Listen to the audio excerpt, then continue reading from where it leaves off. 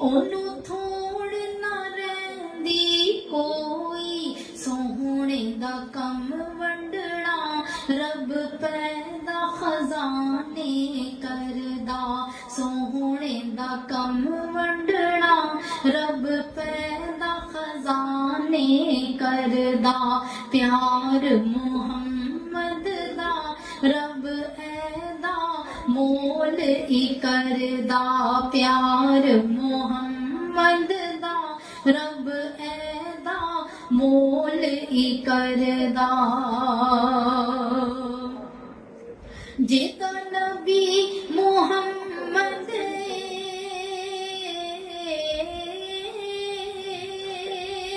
ਜਿੱਦਾਂ ਨਬੀ ਮੁਹੰਮਦ ਉਹ ਘਰ ਮੀਲਾਦ ਕਰਾਂਦਾ, ਜਿੱਦਾਂ ਨਬੀ ਮੁਹੰਮਦ ਉਹ ਘਰ ਮੀਲਾਦ ਕਰਾਂਦਾ, ਪਿਆਰ ਜਿਹਦੇ ਨਾਲ ਹੋਵੇ ਉਹਦਾ ਜ਼ਿਕਰ ਵੀ ਚੰਗਾ ਲੱਗਦਾ, ਪਿਆਰ ਜਿਹਦੇ ਨਾਲ ਹੋਵੇ ਉਹਦਾ ਜ਼ਿਕਰ ਵੀ ਚੰਗਾ ਲੱਗਦਾ।